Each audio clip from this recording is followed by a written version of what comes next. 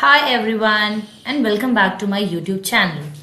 जैसे कि मैंने अपनी पिछली वीडियोस में कवर किया है स्टरलाइजेशन मेथड, तो आज भी हम उसी को कंटिन्यू करेंगे और पढ़ेंगे केमिकल मेथड्स ऑफ स्टरलाइजेशन।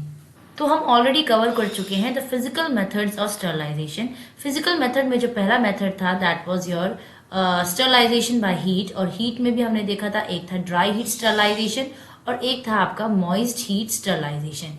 फिर अपनी नेक्स्ट वीडियोस में मैंने कवर किया था स्टरलाइजेशन बाय रेडिएशन, ठीक है, and sterilisation by membrane filtration. तो ये तीनों टॉपिक्स हम ऑलरेडी कवर कर चुके हैं मैं अपनी पिछली वीडियोस में।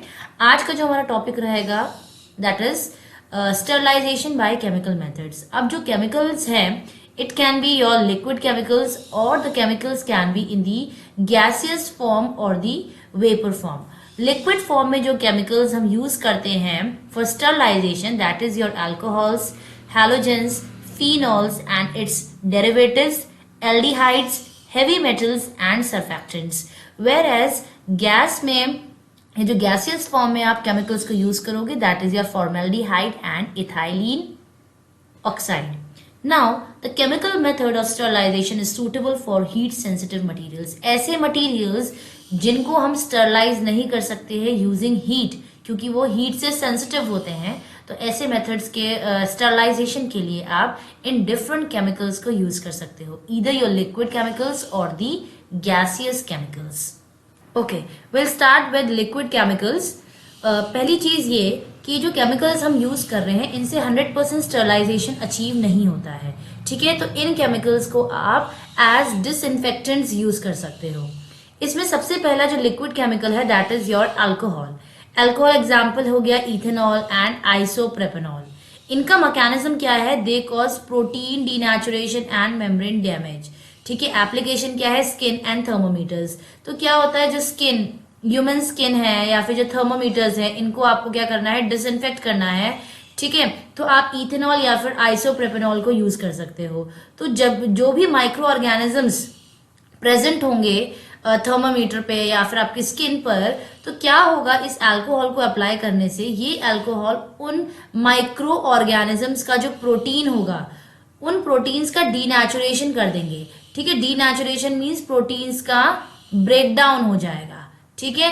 एंड प्रोटीन्स का ब्रेकडाउन होना and also the membrane damage results into the destruction of the micro organisms, ठीक है। अब अल्कोहल की लिमिटेशन ये है कि ये इजीली इवेपोरेट हो जाता है, या फिर हम कह सकते हैं it is volatile in nature. Alcohol के बाद नेक्स्ट है the aldehydes. Aldehydes can also be used for the disinfection or for sterilization we can say. Examples है आपके formaldehyde, also known as formalin, and glutaraldehyde. Now what is the mechanism of action? How aldehydes work as a disinfectant, ठीक है। They are responsible for alkylation. Alkylation मतलब होता है addition of alkyl group, ठीक है। किसका alkylation कर रहे हैं? The amino carbonyl group, ठीक है। amino carbonyl group क्या होता है? This is your carbonyl group and this is your amino group. So the amino carbonyl group of the nucleic acid which damages it. क्या होता है कि जो भी माइक्रो ऑर्गेनिजम्स होंगे उनका जो न्यूक्लिक एसिड होगा, ठीक है, दैट इज द डीएनए और द आरएनए, उनके न्यूक्लिक एसिड के में जो ये अमीनो और कार्बोनिल ग्रुप होते हैं उनका एल्काइलेशन हो जाएगा। दैट मीन्स इसमें एडिशन हो जाएगा किसी भी एल्काइल ग्रुप का, ठीक है, which damages the nucleic acid. And यही डैमेज जो होता है रिस्पॉन्सिबल होता है माइक्रो ऑर्गेनिजम्स के डिस्ट्रक्शन के लिए। फिर एप्लीकेशंस की बात करें, it helps in disinfecting the various types of instruments. अलग अलग इंस्ट्रूमेंट्स को डिसइंफेक्ट करने के लिए आप एल्डिहाइड्स का इस्तेमाल कर सकते हैं। So after alcohols and aldehydes we have phenols and its derivative. The derivatives are 5% cresol or you can say the 5% lysol.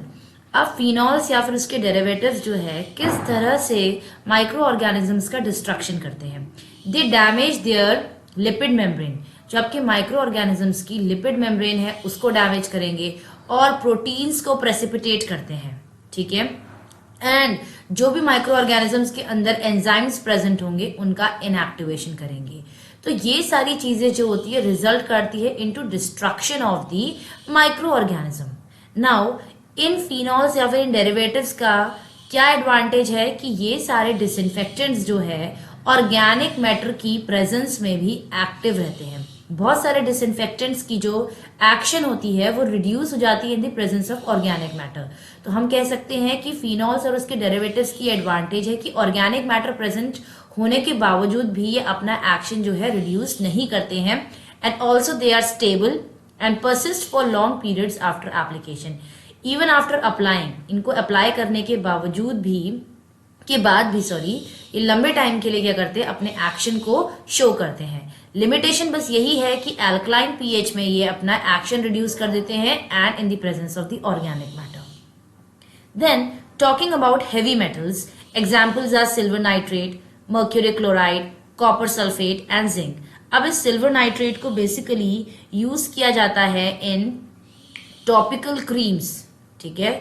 जब स्किन वगैरह में जो क्रीम्स आप अप्लाई करते हो उन क्रीम्स में सिल्वर नाइट्रेट प्रेजेंट रहता है which is use as an antiseptic. Mercuric chloride जो है इट इज प्रेजेंट और it is put into paints, ठीक है। जो हम पेंट्स यूज करते हैं अपने घरों में उसमें मर्क्यूरिक क्लोराइड डाला जाता है एज अ डिसइंफेक्टेंट। और अगर हम बात करें कॉपर सल्फेट की, so it is used as algicide, ठीक है। एल्गी को डिस्ट्रॉय करने के लिए, ठीक है, उनको किल करने के लिए यूज किया जाता है कॉपर सल्फेट को। एंड जिंक जो है उसके बहुत सारी एप्लीकेशंस है, जैसे कि जिंक को माउथ वॉश में भी यूज किया जाता है and it is also used in paints, ठीक है। तो बहुत सारी एप्लीकेशंस अगर आप देखोगे इन सारे हैवी मेटल्स की है, जिनको एज अ डिसइंफेक्टेंट यूज कर सकते हो या फिर एज एन एंटीसेप्टिक आप यूज कर सकते हो। मैकेनिज्म यही है कि जो सेल्फ हाइड्रल ग्रुप है ऑफ द एंजाइम उसको उसके साथ ये कंबाइन करते हैं, ठीक है, and they inactivate the proteins of the micro organisms. Next we have is halogens. Halogens में जो हम यूज करते हैं that is your iodine and chlorine. इन दो हैलोजेंस को हम यूज कर सकते हैं एज डिसइंफेक्टेंट। आयोडीन और पोटेशियम आयोडाइड के मिक्सचर को हम बोलते हैं iodine tincture, and iodine plus surface active agent जिसको आप नॉर्मली बोल सकते हो दी सरफैक्टेंट, ठीक है। आयोडीन और सरफेस एक्टिव एजेंट और सरफैक्टेंट के कॉम्बिनेशन को बोलते हैं आयोडोफोर। तो ये जो आयोडीन टिंक्चर है, ये जो आयोडीन टिंक्चर है एंड द आयोडोफोर, ये दोनों ही क्या करते हैं, they prevent the bacterial growth, ठीक है। ये दोनों ही चीजें क्या करती है, बैक्टीरिया के ग्रोथ को प्रिवेंट करती है। अब अगर हम मैकेनिज्म की बात करें, tincture and iodophor creates halogenation reaction with tyrosine unit in microbial enzyme. इसका क्या मतलब हुआ, जिस भी सरफेस पे आपको माइक्रो ऑर्गेनिजम्स को किल करना है तो उसमें क्या होगा, जो माइक्रोबियल एंजाइम होगा, ठीक है, दैट मीन्स जो भी माइक्रो ऑर्गेनिजम्स के अंदर जो भी एंजाइम्स प्रेजेंट होंगे उसमें टायरोसिन यूनिट होती है। उन टायरोसिन यूनिट के साथ क्या हो जाएगा, ये जो हैलोजेंस है आपके वो रिएक्ट करेंगे, ठीक है, और उस टायरोसिन यूनिट का हैलोजिनेशन कर देंगे। दैट मीन्स वो हैलोजन जो है इस टायरोसिन यूनिट के साथ जुड़ जाएगा, which will ultimately inhibit the microbial growth.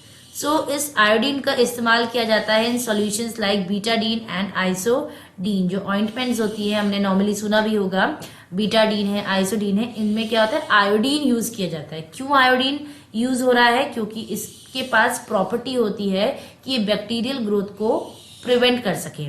Next is the chlorine. Chlorine क्या करता है, यूजुअली हमने देखा है जो स्विमिंग पूल्स वगैरह होता है, जो वाटर बॉडीज होती है, वहां पे क्लोरीन टैबलेट्स डाली जाती है। क्यों, ताकि वो माइक्रो ऑर्गेनिजम्स को किल कर सके और वाटर को डिसइंफेक्ट कर सके। तो हाउ क्लोरीन डिसइंफेक्ट्स द वाटर, क्या करता है, ये जितने भी माइक्रो ऑर्गेनिजम्स उस वाटर बॉडी में प्रेजेंट होंगे उसके सेलुलर कंपोनेंट्स को ऑक्सीडेशन कर देगा। It oxidises the cellular components और लिबरेट करेगा the nascent oxygen. Nascent oxygen का मतलब होता है the mono atomic oxygen. Mono atomic oxygen means simply the O, ठीक है। तो वाटर के साथ ये क्लोरीन क्या करता है, कंबाइन करता है एंड नेसेंट ऑक्सीजन को लिबरेट करता है। And this is how your halogens iodine and chlorine work. Lastly we have is the surfactants, जिसको हम सरफेस एक्टिव एजेंट्स कहते हैं। एग्जाम्पल हो गए आपके क्वाटरनरी अमोनियम कंपाउंड्स। ये हम सबको पता ही है कि सरफेस एक्टिव एजेंट सरफेस पे काम कर रहे हैं, they reduce the surface tension.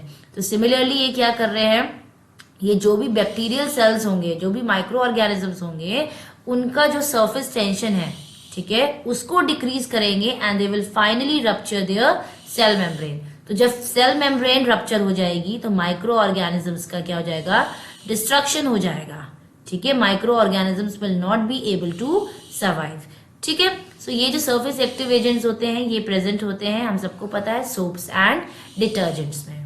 Now next we have the gaseous chemicals. अभी तक हम लिक्विड केमिकल्स को यूज कर रहे थे for the sterilisation, now we will see gaseous chemicals, ठीक है।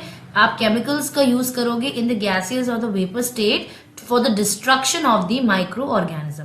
तो पहला जो गैसियस केमिकल है that is your ethylene oxide and this is the chemical structure for ethylene oxide. So this is a simplest cyclic ether, ठीक है। This is highly reactive gas. ये gas जो है, ये केमिकल जो है, this is very very reactive and is highly inflammable, ठीक है। अगर ये जो इथाइलिन ऑक्साइड है, अगर ये कंबाइन हो जाए with air in concentration more than that of 3%, it can be very explosive, ठीक है। अगर इथाइलिन ऑक्साइड आपकी एयर के साथ मिक्स हो जाती है in the concentration greater than 3%, तो ये साबित हो सकती है बहुत ज्यादा एक्सप्लोजिव।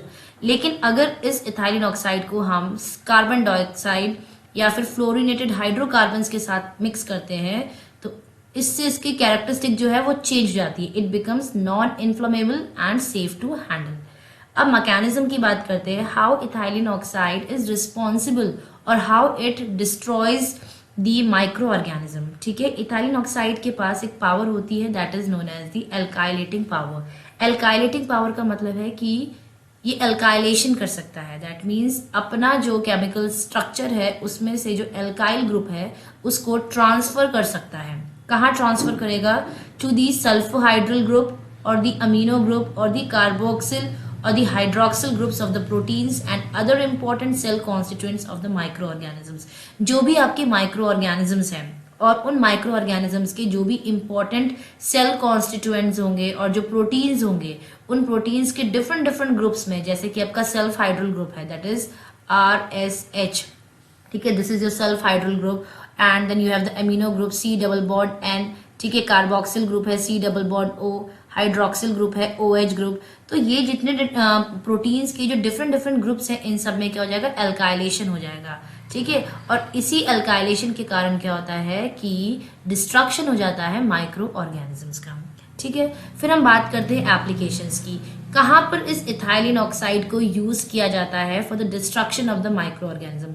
कोई भी मेडिकल प्रिपरेशन हो या बायोलॉजिकल प्रिपरेशन हो, उसके स्टरलाइजेशन के लिए आप इथाइलिन ऑक्साइड को यूज कर सकते हो। ड्राई फूड की स्टरलाइजेशन के लिए पैनक्रियाटिन जो है इट इज डाइजेस्टिव एंजाइम और you can say it's a protein, ठीक है। पेपेन जो है it is a proteolytic enzyme. Proteolytic enzyme मतलब होता है ऐसे एंजाइम्स जो प्रोटीन्स का ब्रेक डाउन करते हैं। तो इन सारी चीजों के स्टरलाइजेशन के लिए आप इथाइलिन ऑक्साइड का इस्तेमाल कर सकते हो। Then you have plastic equipment parts, bottle के क्लोजर्स को आप स्टरलाइज कर सकते हो, antibiotics, plaster bandages, culture media, hospital beddings and etcetera. After ethylene oxide the next chemical is beta propiolactone, इसको हम शॉर्ट फॉर्म में BPL लिख सकते हैं।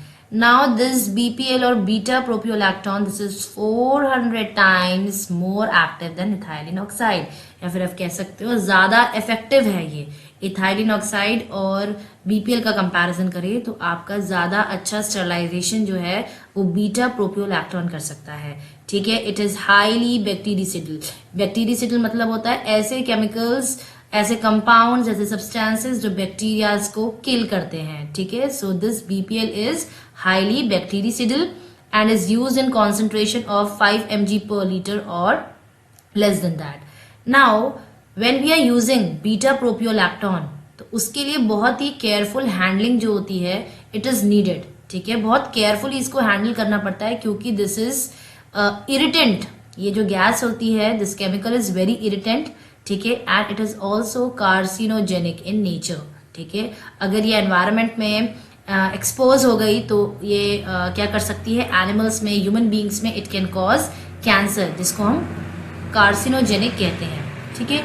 इसीलिए it is not recommended in the pharmaceutical applications, क्योंकि ये इरिटेंट होती है, कार्सिनोजेनिक होती है, इसीलिए इसकी जो एप्लीकेशन है वो बहुत लिमिटेड हो गई है और इनको फार्मास्यूटिकल्स कंपनीज में यूज़ नहीं किया जाता है। इसका जो एप्लीकेशन है it is only limited to decontaminating rooms, chambers and buildings को, रूम्स को, चेम्बर्स को अगर आपको डीकॉन्टामिनेट करना है तो आप इस केमिकल, गैसियस केमिकल को यूज कर सकते हो। ऑलराइट, सो अभी तक हमने देखा द डिफरेंट केमिकल्स जिनको हम यूज कर सकते हैं लिक्विड फॉर्म में और गैसियस फॉर्म में for the process of sterilisation. अब नेक्स्ट आते हैं, we have the preservatives. Preservatives भी हमारे नेचुरल या फिर सिंथेटिक कंपाउंड्स होते हैं जो माइक्रो ऑर्गेनिजम्स, ठीक है, उनकी ग्रोथ को या तो प्रिवेंट करते हैं या फिर उनकी ग्रोथ को क्या कर देंगे, स्लो डाउन कर देंगे, ठीक है। तो ये किसी भी फार्मास्यूटिकल प्रोडक्ट में या किसी भी पेरिशेबल फूड्स में प्रिजर्वेटिव्स ऐड किए जाते हैं ताकि वो उस फार्मास्यूटिकल प्रोडक्ट या फिर उस फूड आइटम को क्या कर सके, स्पॉइल होने से या कॉन्टामिनेट होने से प्रिवेंट कर सके। So these are known as your preservatives. तो कुछ प्रिजर्वेटिव्स के एग्जाम्पल्स है जैसे कि आपके प्रोपियोनिक एसिड डेरिवेटिव्स। ये जो प्रिजर्वेटिव है ये यूजुअली ब्रेड एंड केक में ऐड किया जाता है टू प्रिजर्व इट, ठीक है। नेक्स्ट एग्जाम्पल है सॉर्बिक एसिड एंड दी सॉर्बेट्स। ये प्रिजर्वेटिव यूजुअली ऐड किया जाता है चीज में, ठीक है। Then next is benzoic acid and benzoates. ये आपका प्रिजर्वेटिव ऐड किया जाता है usually in soft drinks. Alright, then you have the sodium diacetate. Sodium diacetate को आप यूज कर सकते हो as a preservative in breads. Then you have sodium nitrite. इसको आप कर्ड्स में या फिर कर्ड एंड मीट में आप यूज कर सकते हो एज अ प्रिजर्वेटिव, ठीक है। तो ये जितने भी आपके प्रिजर्वेटिव्स है these are basically antifungal in nature, ठीक है। ये सारे एंटी फंगल एजेंट्स होते हैं जो डिफरेंट डिफरेंट फूड आइटम्स में डाले जाते हैं ताकि फूड को हम प्रिजर्व कर सके, ठीक है। एक वर्ड हमने पढ़ा है इस स्लाइड में, अगर आप देखोगे प्रिजर्वेटिव किसमें, स्पॉइलेज एंड कंटामिनेशन, ठीक है, स्पॉइलेज एंड कंटामिनेशन। तो ये जो वर्ड है स्पॉइलेज एंड कंटामिनेशन, इन दोनों में डिफरेंस क्या है बेसिकली, इसके ऊपर यूजुअली अभी पूरी एक यूनिट है आपकी यूनिट 5, उसके अंदर हम ये कवर करेंगे, लेकिन एक देख लेते हैं अपनी इन्फॉर्मेशन के लिए। कंटामिनेशन मतलब होता है द प्रेजेंस, ठीक है। कंटामिनेशन मतलब हो जाएगा the presence of you can say the micro organism. कोई भी हम कहते हैं कि फूड आइटम या कोई भी प्रोडक्ट अगर कंटामिनेटेड है दैट मीन्स उसमें माइक्रो ऑर्गेनिज्म की प्रेजेंस है। अब उस माइक्रो ऑर्गेनिज्म की प्रेजेंस होने की वजह से क्या होगा, वो प्रोडक्ट आपका डिट्रियोरेट हो जाएगा, ठीक है। आप कह सकते हो डिट्रियोरेट हो जाएगा या फिर डिग्रेड हो जाएगा या फिर खराब हो जाएगा, जिसको आप कहते हो स्पॉइलेज, ठीक है। तो ये टॉपिक्स हम कवर करेंगे यूनिट 5 में। एंड आज के लिए बस इतना ही। With this we complete our topic that is sterilisation methods, जिसमें हमने physical methods and chemical methods देखे हैं। फिजिकल मेथड्स में एक बार रिवाइज कर लेते हैं। हमने देखा है dry heat sterilisation, moist heat sterilisation, then sterilisation by radiation and then membrane filtration, ठीक है। और उसके बाद इस वीडियो में हमने देखा है the sterilisation by chemical methods, जिसमें हमने liquid chemicals as well as gaseous chemicals का इस्तेमाल किया है। सो आई होप आज की वीडियो आपको समझ आई हो। एंड अगर आपने चैनल को अभी तक सब्सक्राइब नहीं किया है तो please subscribe the channel, video को लाइक कीजिए और अपने व्यूज कमेंट सेक्शन में शेयर कीजिए। Thank you everyone for watching.